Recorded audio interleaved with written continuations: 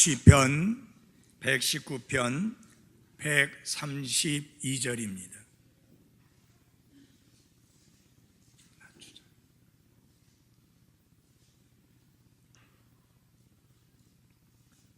주의 이름을 사랑하는 자들에게 늘 행하시는 대로 주께서 나를 보사 내게 긍휼을 베푸소서.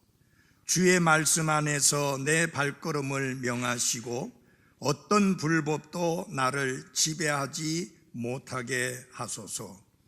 사람의 학대에서 나를 건지소서.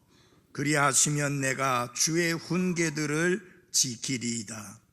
주의 얼굴을 주의 종에게 비추시고 주의 법규들을 내게 가르치소서. 그들이 주의 법을 지키지 아니하므로 내 눈에 강물이 흐르나이다. 아멘. 기도하겠습니다. 하나님 아버지, 이제 하나님의 말씀을 선포하려고 합니다. 하나님께서 저를 붙들어 주시고 하나님의 말씀을 바르게 오른쪽으로나 왼쪽으로나 치우침이 없이 곧바르게 선포할 수 있도록 이 종을 붙들어 주시고 사용해 주옵소서.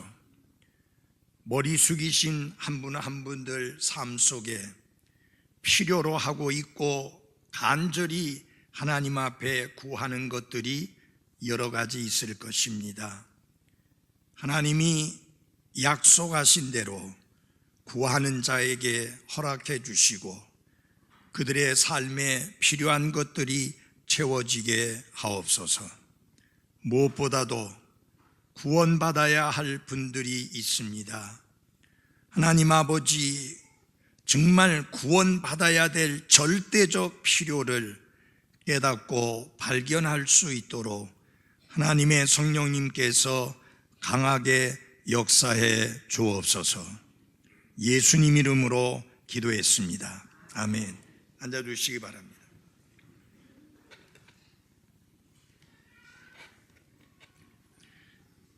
여기 132절을 보면 시편 기자가 하나님 앞에 드리는 말씀 가운데 이런 내용이 있습니다. 늘 행하시는 대로 라는 말씀입니다. 한번 같이 하겠습니다. 늘 행하시는 대로. 그 말의 의미는 무슨 말이냐면은 하나님께서 전에도 그렇게 행하셨고 지금도 그렇게 행하고 계시고 앞으로도 그렇게 행하실 것인데 하나님이 늘 행하시는 대로 저도 그렇게 대해 주십시오 라고 하는 그런 바람을 말씀드리고 있는 것입니다. 하나님, 특별한 다른 은혜를 구하지 않습니다. 다른 사람에게 관대하신 것처럼 저에게도 그렇게 관대하게 대해 주시고 다른 사람에게 호의를 베푸신 것처럼 저에게도 호의를 베풀어 주시고 다른 사람에게 은총을 베푸시는 것처럼 저에게도 은총을 베풀어 주십시오 라고 하는 그런 기도라고 할 수 있습니다. 여러분, 많은 사람들은 어떤 특별한 혜택을 받기를 원하고 또 특별한 대우를 받기 원하는 그런 생각과 마음들이 많이 있습니다. 그래서 줄을 서서 기다리는 것보다는 그런 거 기다리지 아니하고 특별한 혜택을 받아서 저 맨 앞에 바로 들어갈 수 있기를 바라는 특별한 혜택을 원하는 경우들이 많이 있습니다. 여기 시편 기자는 하나님, 저에게 특별한 혜택을 베풀어 달라는 게 아닙니다. 저에게 다른 사람에게 없는 특권을 베풀어 달라고 말씀드리는 것도 아닙니다. 하나님 다른 사람에게는 전혀 베풀지 않았던 은혜나 은총을 베풀어 달라는 것도 아닙니다. 하나님이 습관적으로 늘 행하시는 대로 저에게 그렇게 행해 주십시오. 저는 또 다른 은혜를 구하지 않습니다. 하나님께서 하나님의 이름을 사랑하는 자들, 곧 하나님의 성품과 하나님이 행하신 그 일들을 사랑하는 사람들에게 늘 은총을 베푸시고 은혜를 베푸셨던 것처럼, 그러시는 것처럼 저에게도 늘 그렇게 행해 주십시오 라고 하는 그런 소원을 말씀드린 겁니다. 여러분, 다른 사람보다 뛰어난 건강을 원하는 건 아닙니다. 그저 주어진 날들 동안 건강하게 살 수 있게 해 주십시오. 뭐 그거 욕심 아니잖아요. 다른 가정에 자녀가 있듯이 우리 부부에게도 자녀가 있게 해 주십시오. 그거 뭐 욕심 아니잖아요. 다른 사람이 직장을 가지고 직장 생활을 하듯이 저도 더 큰 다른 은혜를 구하지 않습니다. 저도 직장 하나 반반한 거 좀 얻을 수 있게 해 주십시오. 그거 뭐 욕심 아니잖아요. 다른 사람들이 자영업 하면서 힘든 때이지만 그런 대로 잘 운영해 가고 있는 것처럼 저도 하고 있는 자영업 너무 힘들지 않고 그저 적당하게 잘 되게 해 주십시오. 뭐 그거 그렇게 욕심 아니잖아요. 그러니까 하나님께서 늘 행하시는 대로 저에게도 그렇게 행해 주십시오. 또 다른 특별한 은총, 특별한 은혜를 구하지 않습니다. 하나님을 사랑하는 자들에게, 하나님이 행하신 일들을 사랑하는 자들에게, 하나님의 성품과 그분의 이름을 사랑하는 자들에게 늘 행하시는 대로 저에게도 그렇게 행해 주십시오. 이거 뭐 욕심 아니잖아요. 우리 모두가 이런 기도를 하나님께 드릴 필요가 있다. 늘 행하시던 대로, 내가 아니고요, 다른 사람이 아니고요, 하나님이 그분의 이름을 사랑하는 자들에게, 곧 하나님의 성품과 하나님이 행하신 일을 사랑하는 그 사람들에게 행하시는 대로 저에게도 그렇게 행해 주십시오 라고 하는 것입니다. 그래서 그가 무엇을 원하고 있는가? 첫째 하나는 뭐냐면 내게 긍휼을 베푸소서. 그것이 첫 번째 그가 원하는 소원이요 기도입니다. 우리 32절을 한번 같이 읽어보겠습니다. 시작. 주의 이름을 사랑하는 자들에게 늘 행하시는 대로 주께서 나를 바라보사 내게 긍휼을 베푸소서. 하나님께서 내게 긍휼을 베푸시기 위해서 나를 좀 바라봐 주십시오. 나에게로 얼굴을 돌리시고 나에게로 방향을 바꾸시고 나에게로 하나님의 얼굴을 향하게 하사 나에게 긍휼을 베풀어 주옵소서. 소 닭 보듯이, 닭이 소 보듯이 그렇게 하시지 말고 내가 어떤 형편에 있는지, 내게 무엇이 필요한지, 내가 무엇을 구하고 있는지 관심을 가지고 하나님의 얼굴을 나에게로 향해서 나를 바라보시고 그 다음에 나에게 필요한 긍휼을 베푸소서라고 기도하는 것입니다. 사랑하는 그리스도인 여러분, 하나님께서 그분의 얼굴을 나에게로 향한다고 하는 것은 얼마나 귀하고 소중하고 감사한 일인지 모릅니다. 여러분, 많은 사람들이 그 나라의 최고 지도자, 대통령이 혹시 우리 동네 앞을 지나간다고 하면 그분의 눈길이, 그분의 얼굴이 나에게로 향하기를 바라는 그런 마음들이 다 있습니다. 뭐 그분의 얼굴이 내게로 향하고 그분의 눈길이 나에게 향한다고 해서 뭐 내가 달라질 거 하나도 없습니다. 그런데도 그걸 바랍니다. 그리고 혹시 내가 착각일 수도 있지만 그 대통령이 나에게 얼굴을 향했고 마치 나를 정말 꿰뚫어 쳐다보듯이 그렇게 했다는 착각이 들게 되면 폴짝폴짝 뛰면서 자랑하고 흥분하고 대통령이 내게 눈을 맞췄다고 난리 볶습니다. 근데 지금 여기 시편 기자는 그걸 구하는 게 아니고 크신 하나님, 영광스러우신 하나님, 은혜와 긍휼과 진리가 사랑이 충만하신 그 하나님이 나를 좀 쳐다보시고 나에게로 얼굴을 향하시기를 간절히 소원하는 그런 마음입니다.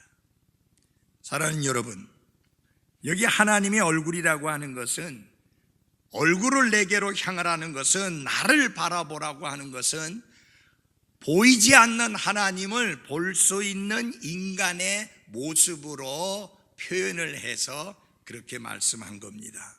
우리 다 같이 시편 25편 16절을 열어주십시오. 시편 25편 16절입니다.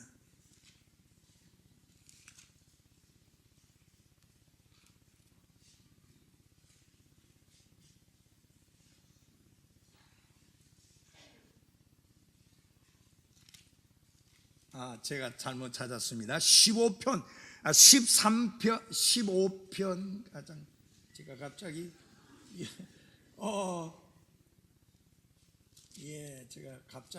제가 적어 놓은 게 잘못 적혀 있어 가지고 17편 15절입니다. 미안합니다. 17편 15절. 나로 말하건대 나는 의 가운데에서 주의 얼굴을 바라보리니 내가 깰 때에 주의 모습으로 만족하리이다.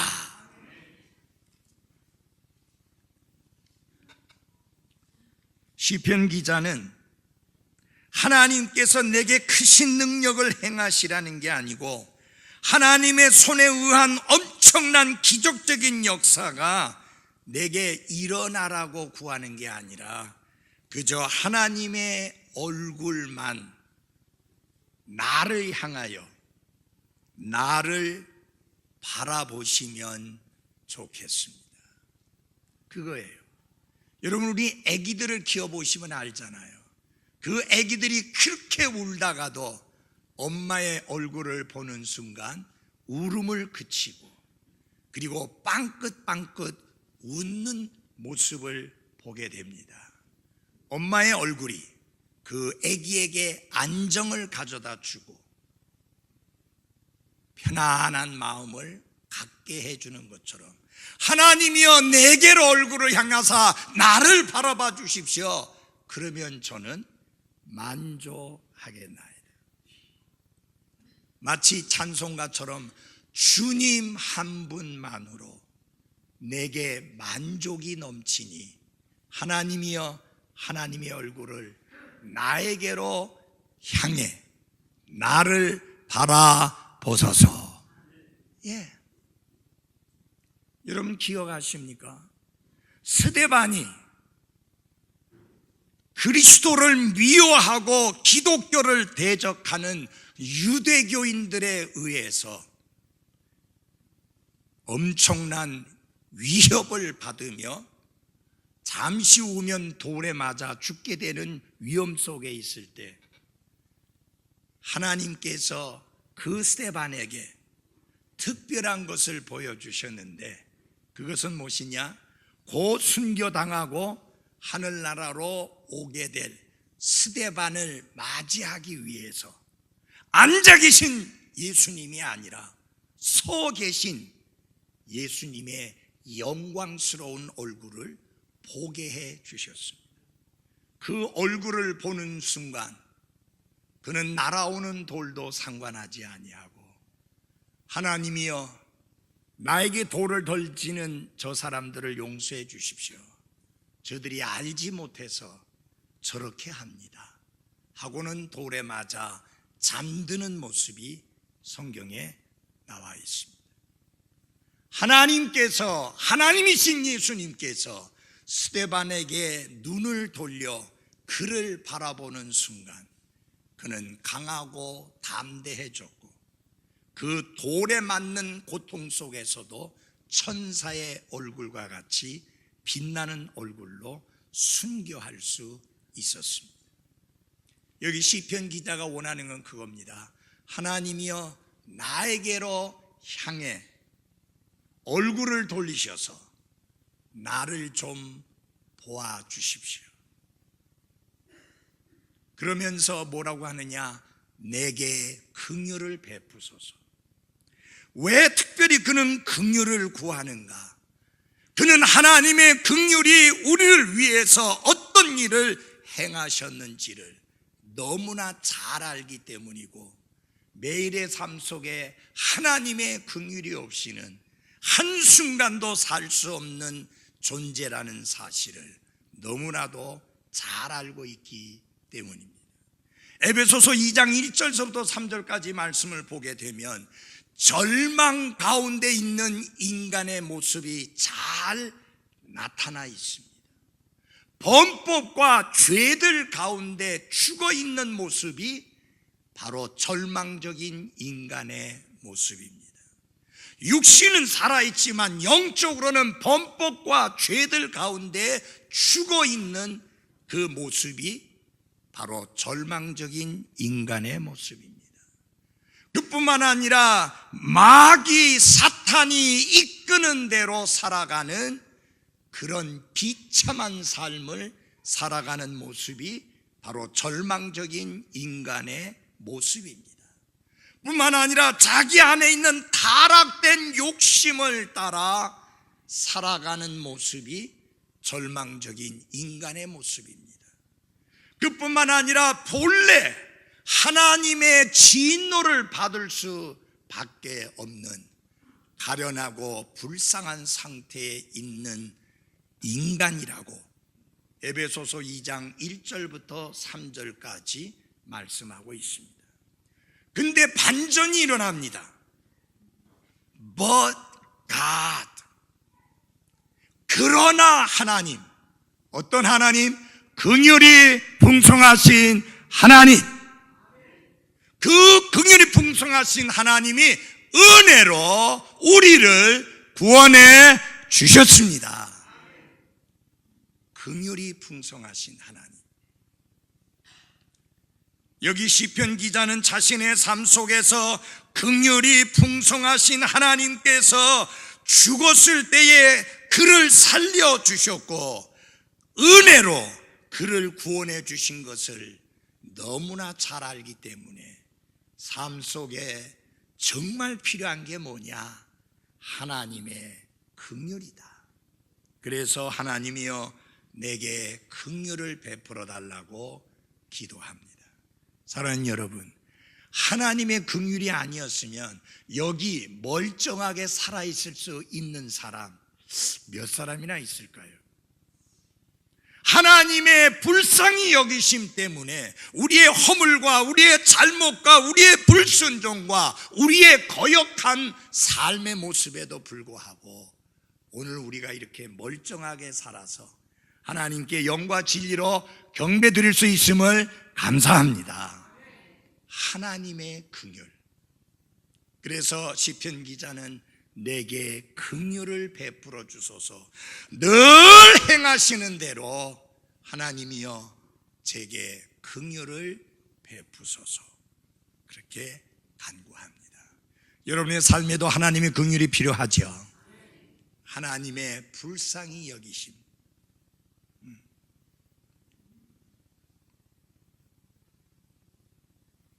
두 번째로, 늘 행하시는 대로 저의 삶이 말씀에, 하나님의 말씀에 지배를 받게 하소서라고 그렇게 기도합니다. 133절을 같이 읽어보겠습니다. 133절 같이 읽어보겠습니다. 시작.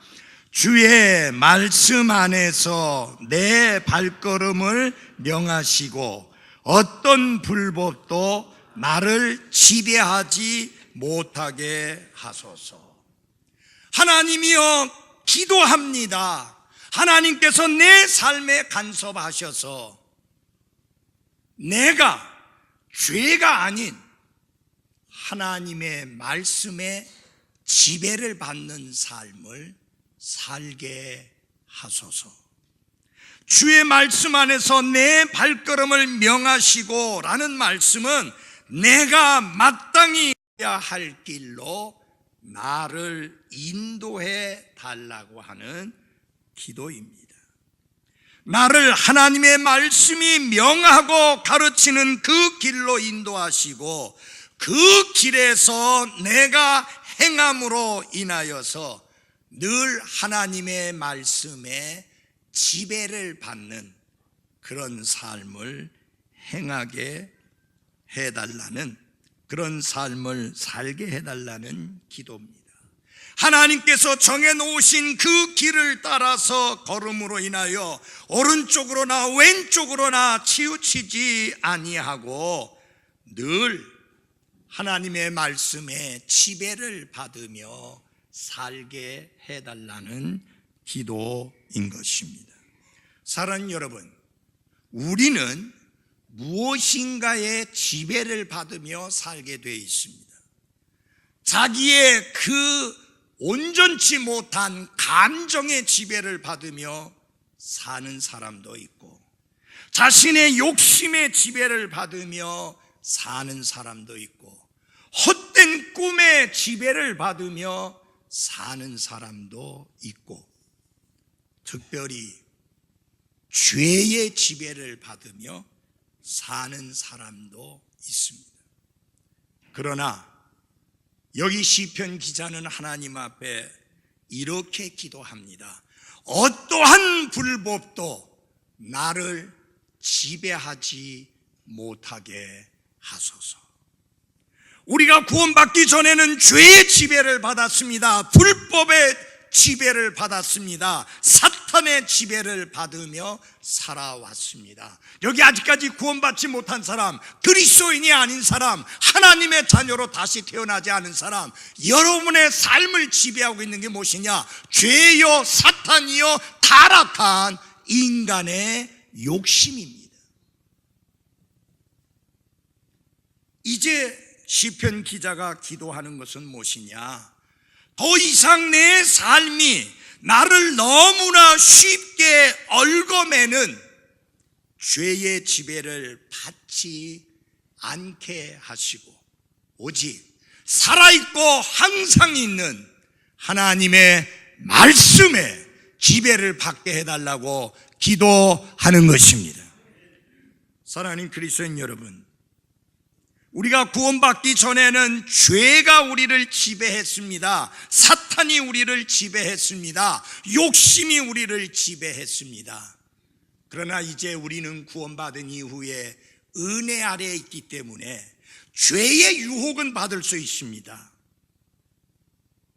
그러나 이제는 더 이상 죄가 우리를 지배할 수 없는데, 왜냐하면 죄에게서 해방되어서 의에게 종이 되었기 때문인 것입니다.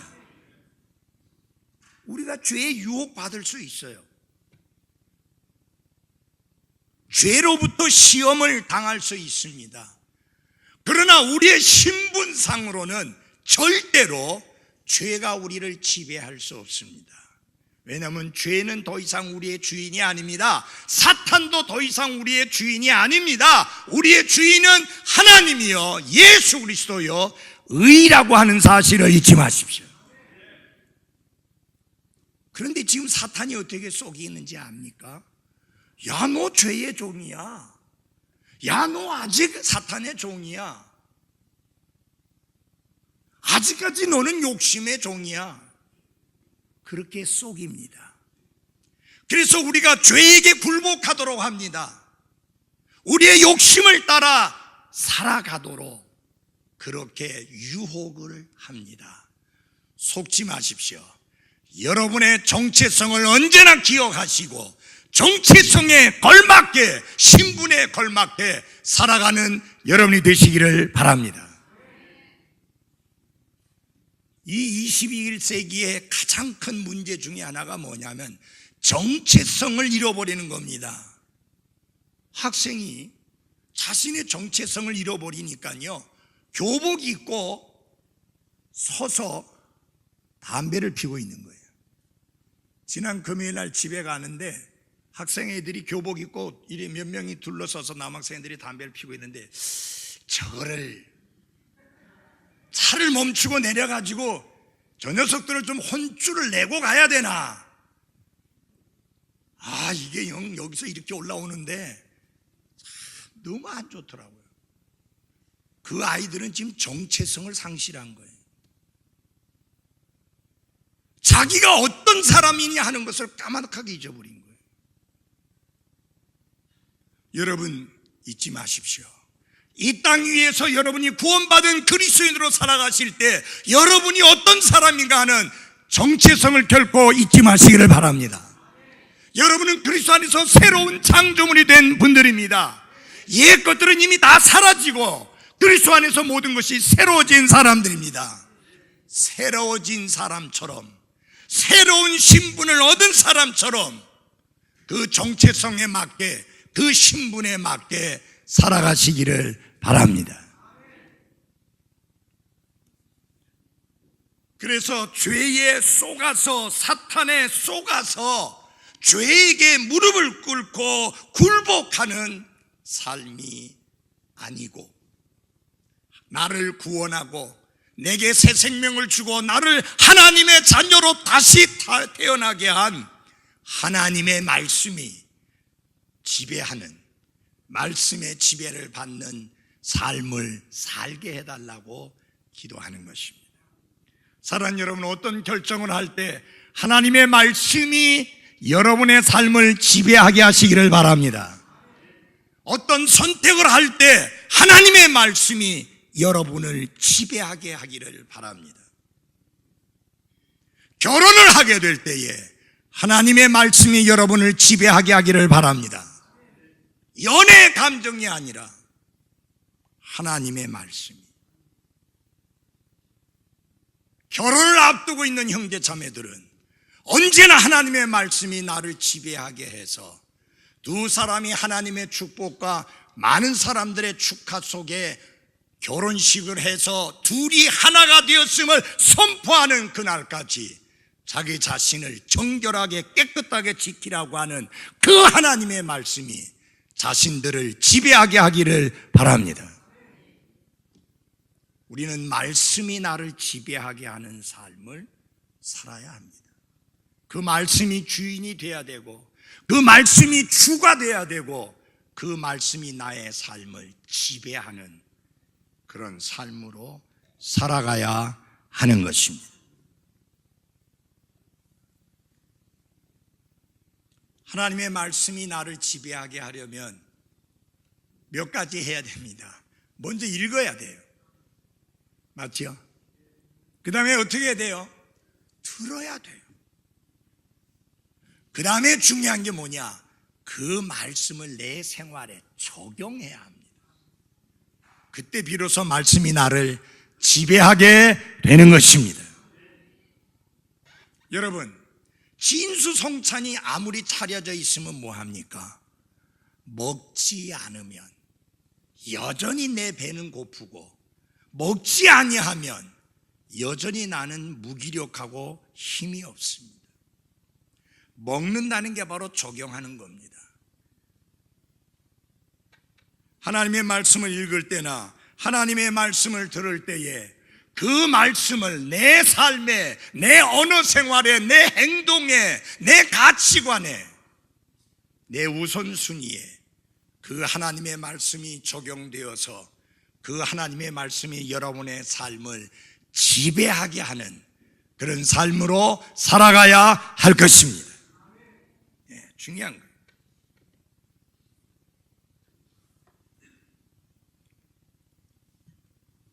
세 번째 시편 기자가 기도하는 것은 주님 한 분만으로 만족하게 하소서라고 하는 기도입니다.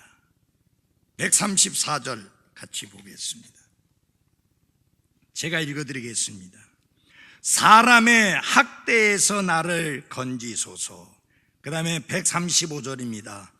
주의 얼굴을 주의 종에게 비추시고. 여기 시편 기자는 하나님이여, 제가 핍박을 두려워하는 것은 아닙니다. 제가 사람의 학대를 두려워하는 것은 아닙니다. 그것 때문에 내가 신앙을 배신하고 하나님의 말씀을 저버리고 하나님의 뜻에서 돌이켜서 내 생각대로 내 욕심대로 살아가겠다고 하는 것은 아닙니다. 그렇지만 나를 반대하고 나를 학대하는 그런 사람들에게서 나를 건져 주십시오. 여러분, 비록 우리가 반대하는 자들에 의해서, 학대하는 자들에 의해서, 우리의 신앙을 핍박하는 자들에 의해서 겪게 되는 그 경험 자체가 우리가 영적으로 성장할 수 있는 기회가 되는 것은 틀림없는 사실이지만, 우리가 하나님의 은혜를 구해야 될 것은 하나님 가하시다면 제 신앙을 반대하고 제 신앙을 핍박하고 저에게 학대하는 그 사람들에게서 저를 건져 주십시오. 다 같이 디모데전서 2장 2절을 열어주시기 바랍니다. 디모데전서 2장 2절입니다.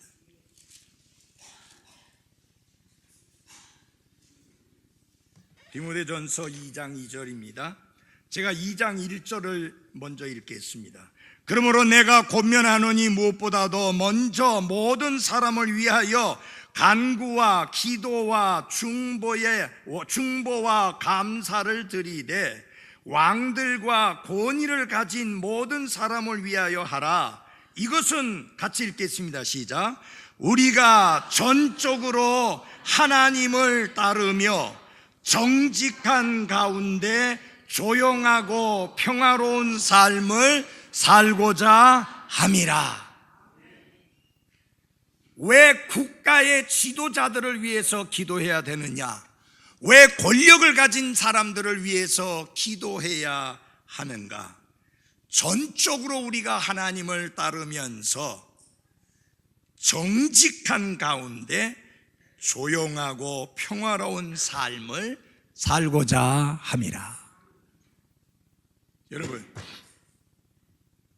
지금도 많은 나라들이 그리스도인들을 핍박하고 있는데 단순한 핍박 정도가 아니고요, 옥에 가두고 심지어 고문하고 더 나아가서 죽이기까지 합니다.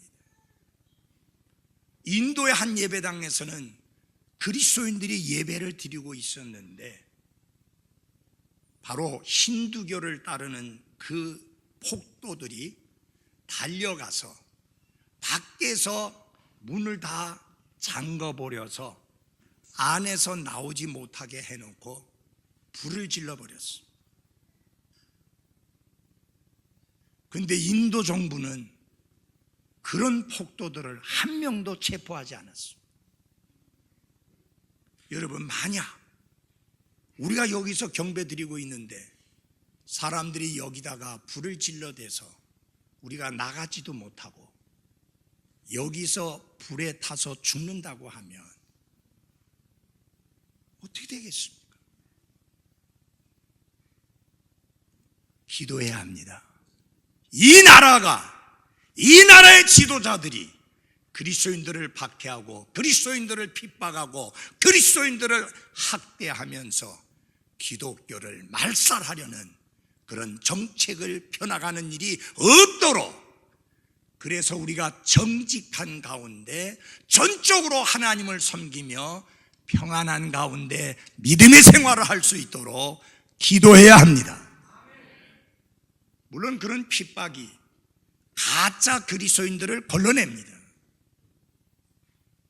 형식적으로 그저 예배당에만 오지만 전혀 변화되지 않은, 전혀 구원받지 않은, 전혀 그리스도인으로 바뀌어지지 않은 가짜 종교인들을 걸러냅니다. 그러나 제가 기도하고 바라는 것은 그런 끔찍한 핍박과 박해와 학대를 통해서 걸러내는 게 아니라 하나님의 말씀만으로 걸려져서 거듭나지 못했던 종교인들이 구원받고 거듭나게 되는 역사가 일어나게 되기를 기도합니다. 그래서 우리가 기도해야 될 것이 뭐냐? 우리가 평안한 가운데 하나님을 전적으로 따르며 믿음의 생활을 할 수 있는 이 자유함이 계속 잘 지속될 수 있도록 기도해야 합니다. 그러면서 여기 시편 기자는 135절에 이렇게 기도합니다. 주의 얼굴을 주의 종에게 비추시고 라고 기도합니다. 주의 얼굴 빛으로 나를 위로하십시오. 세상은 내게 찌푸린 얼굴을 하고 있지만 주님께서는 내게 밝은 미소로 저에게 비춰 주십시오. 왜 그럽니까? 주님 한 분만으로 만족하며 살 수 있게 해달라는 것입니다. 사랑하는 그리스도인 여러분, 우리의 기도가 있다고 하면 돈으로 인해서가 아니라, 물질로 인해서가 아니라, 금과 은과 같은 보석으로서가 아니라 주의 얼굴을 바라보는 그것만으로도 만족할 수 있는 그런 믿음의 사람이 될 수 있도록 기도해야 합니다. 여러분 잊지 마십시오. 하나님 앞에 우리 삶의 필요를 두고 기도하는 거 잘 하시는 일이요, 성경도 가르치고 있습니다. 구하라 분명히 말씀하셨어요. 왜? 주실 것이다. 무엇이든지 그분의 뜻대로 구하면 하나님께서 주시겠다고 약속하셨습니다. 그런데 우리의 만족이 그런 눈에 보이는 그 어떤 것들로 인하여 오게 되어서는 안 되고, 주님 한 분만으로 내게 만족이 넘친다고 고백할 수 있는 믿음으로 우리의 믿음이 승화되어져야 합니다. 여러분, 지나간 세대에 살았던 많은 그리스도인들이 그 무서운 핍박과 환난과 고통과 순교의 위험 앞에서도 그들이 그 믿음을 지킬 수 있었던 비결이 무엇이었느냐? 주님 한 분만으로 내게 만족이 넘친다는 믿음 때문이었습니다. 그래서 그들의 초점은 항상 영광 가운데 하늘로 오르신 그분께서 큰 권능을 가지고 다시 오시는 그날을 사모하며 바라보며 기다렸습니다. 근데 그들의 믿음은 어떤 믿음이냐? 우리 당대에 주님이 다시 오실 것이다 라는 믿음입니다. 그래서 그들의 믿음은 뭐냐? 오늘일지도 모른다, 그 믿음입니다. Maybe today, 오늘일지도 모른다. 그래서 그분들이 함께 만날 때마다 나누었던 인사가 있었습니다. 그 중에 하나가 마라나타라는 말입니다. The Lord is coming. 주께서 오십니다. 여러분, 지난주에 함께 만났는데 이번에 만나보니까 지난번에 보이던 사람들이 안 보이는 거예요. 어찌된 일인가? 잡혀갔다는 거예요. 사자굴에 던져졌다는 거예요. 목이 잘려 순교를 당했다는 거예요. 그때 여러분, 그리스도인들의 입술에서 이런 말이 나올 수 있습니다. 우리가 언제까지 참아야 되나? 우리가 언제까지 견뎌야 되나? 그때 그분들이 나누었던, 라틴 말로 나누던 인사가 있었습니다. 아쿠리스 후 엘데라는 인사입니다. 무슨 말이냐? 그분이 다시 오시기까지. 우리가 이 고난을, 이 시련을, 이 핍박을, 이 학대를, 이 순교의 위험을 언제까지 참고 견뎌야 되나? 그분이 다시 오실 때까지. 형제들이여, 자매들이여, 낙심하지 말고 낙담하지 마시고 절망하지 마십시오. The Lord is coming. 주께서 다시 오십니다. 그게 바로 마라나다 신앙인 것입니다. 여러분, 주님은 다시 오십니다. 말씀에 약속한 대로 그분이 이 땅에 오셨고, 말씀의 약속대로 그분이 우리 죄들을 대신해서 십자가에서 단번에 영원한 속죄를 이루셨고, 말씀에 약속된 대로 그분은 사흘 후에 부활하셨고, 말씀하신 대로 그분은 하늘로 승천하셨고, 그리고 그분은 말씀하신 대로 다시 오실 것입니다. 우리 가운데 그분이 언제, 어느 때에, 어느 시에, 어느 날에 오실지는 아는 사람이 하나도 없습니다. 우리는 어떤 재림을 믿습니까? 임박한 재림을, 급박한 재림을 믿습니다. 그 급박, 임박이라는 말의 의미는 무슨 말이냐면, 이게 우리말로는 번역이 잘 안 돼 갖고 하는데, 한마디로 말해서 그 뭐냐면 지금이라도, 오늘이라도 오실 수 있다는 것을 믿습니다. 여러분, 지금 우리나라가요, 3만 불 이상의 소득이 올라가다 보니까 어떤 현상들이 일어나는가?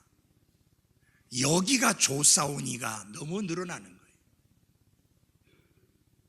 우리가 사는 삶이 너무 조사오니 배도 안 고프지요. 모든 게 다 넉넉하지요. 그러다 보니까 주님을 바라보고 주님의 오심을 기다리는 것보다는 여기가 조사오니라고 하는 그런 삶의 태도를 가지는 겁니다. 하나님이 우리에게 은혜를 베푸시고 도우셔서 매일매일 순간순간 주님의 다시 오심을 기다리며 사는 나와 여러분이 될 수 있기를 바랍니다. 정말 주님 한 분만으로 내게 만족이 넘친다는 고백 속에 살아갈 수 있기를 바랍니다. 하나님이 여러분에게 자녀들을 주셨으면 감사하십시오. 그러나 그 자녀로 인하여 만족하지 말고 주님으로 인하여 만족하시기 바랍니다. 하나님이 여러분에게 좋은 직장 주셨으면 감사하십시오. 그러나 직장으로 인하여 만족하지 말고 주님 한 분만으로 만족하시기 바랍니다.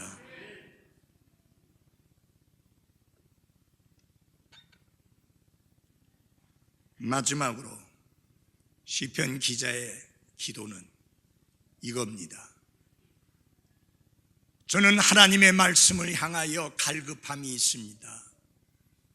정말 주님을 더욱 알기 원하고 정말 말씀을 더욱 알기 원합니다. 저에게 말씀을 가르치소서. 그 기도입니다. 다 같이 119편 135절을 함께 보아주시기 바랍니다. 같이 읽어보겠습니다. 135절 시작. 주의 얼굴을 주의 종에게 비추시고 주의 법규들을 내게 가르치소서. 여러분, 이게 중요한 겁니다. 하나님 말씀을 가르쳐 주십시오. 말씀의 지배를 받고 싶으니 그 말씀을 가르쳐 주십시오. 근데 중요한 건 뭐냐? 저 형제에게, 저 자매에게 그 말씀을 가르쳐 주십시오가 아니라 내게 말씀을 가르쳐 주십시오. 내가 배우기 원합니다. 내가 깨닫기 원합니다. 내가 알기 원합니다. 내가 변화되기 원합니다. 내가 그 말씀에 지배를 받기 원합니다.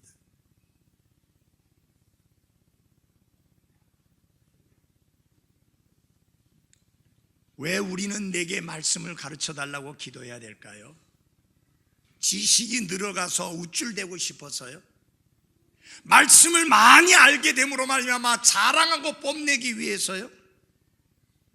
아니요. 시편 기자가 말씀을 가르쳐 달라고 기도하는 이유는 그리하시면, 내게 말씀을 가르쳐 주시면 내가 주의 훈계들을 지키리라. 말씀을 가르쳐 주시면 내가 그 말씀대로 살겠습니다.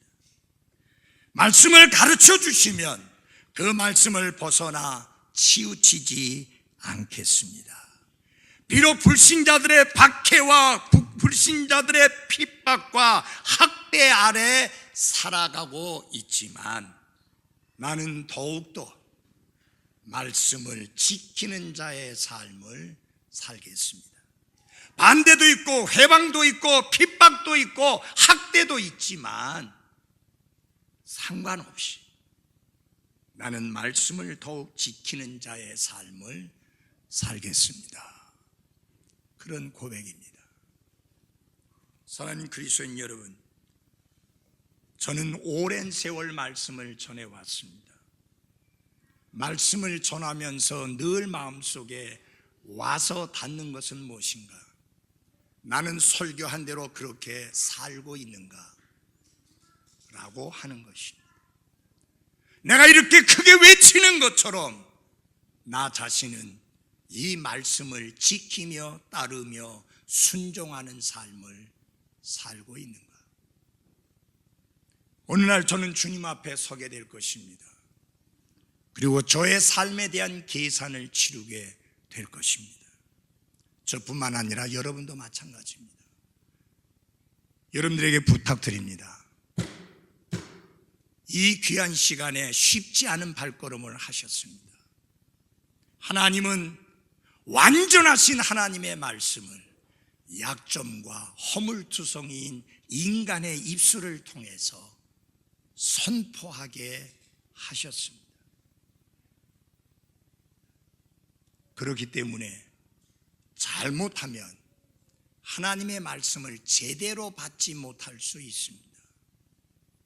그러나 데살로니가 교회 성도들은 비록 사람의 입술을 통해서 선포되어졌지만 하나님의 말씀으로 받았고 그 말씀의 믿음을 조화시켰다, 화합시켰다, 일치시켰다. 그랬더니 그 말씀이 효력 있게 일하더라 라는 말씀이 있습니다. 사랑하는 그리스도인 여러분, 하나님의 말씀을 아는 것 중요합니다. 듣는 것 중요합니다. 읽는 것 중요합니다. 배우는 것 중요합니다. 그러나 가장 중요한 것은 그 말씀대로 살아가는 것입니다. 다 같이 136절을 한 목소리로 읽어보겠습니다. 시작.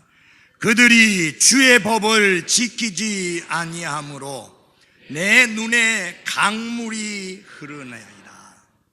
나는 하나님의 말씀을 계속 듣고 있고 하나님의 말씀을 계속 받고 있고 하나님의 말씀을 계속해서 사랑하고 하나님의 말씀을 계속해서 순종하고 있는데 어떤 사람들이 하나님의 말씀을 계속해서 듣지 않고 계속해서 받지 아니하고 계속 그 말씀을 사랑하지 아니하고 계속 그 말씀에 순종하지 않고 있는데 그로 인하여 내 눈에 눈물이 강물이 흐르듯이 흐른다.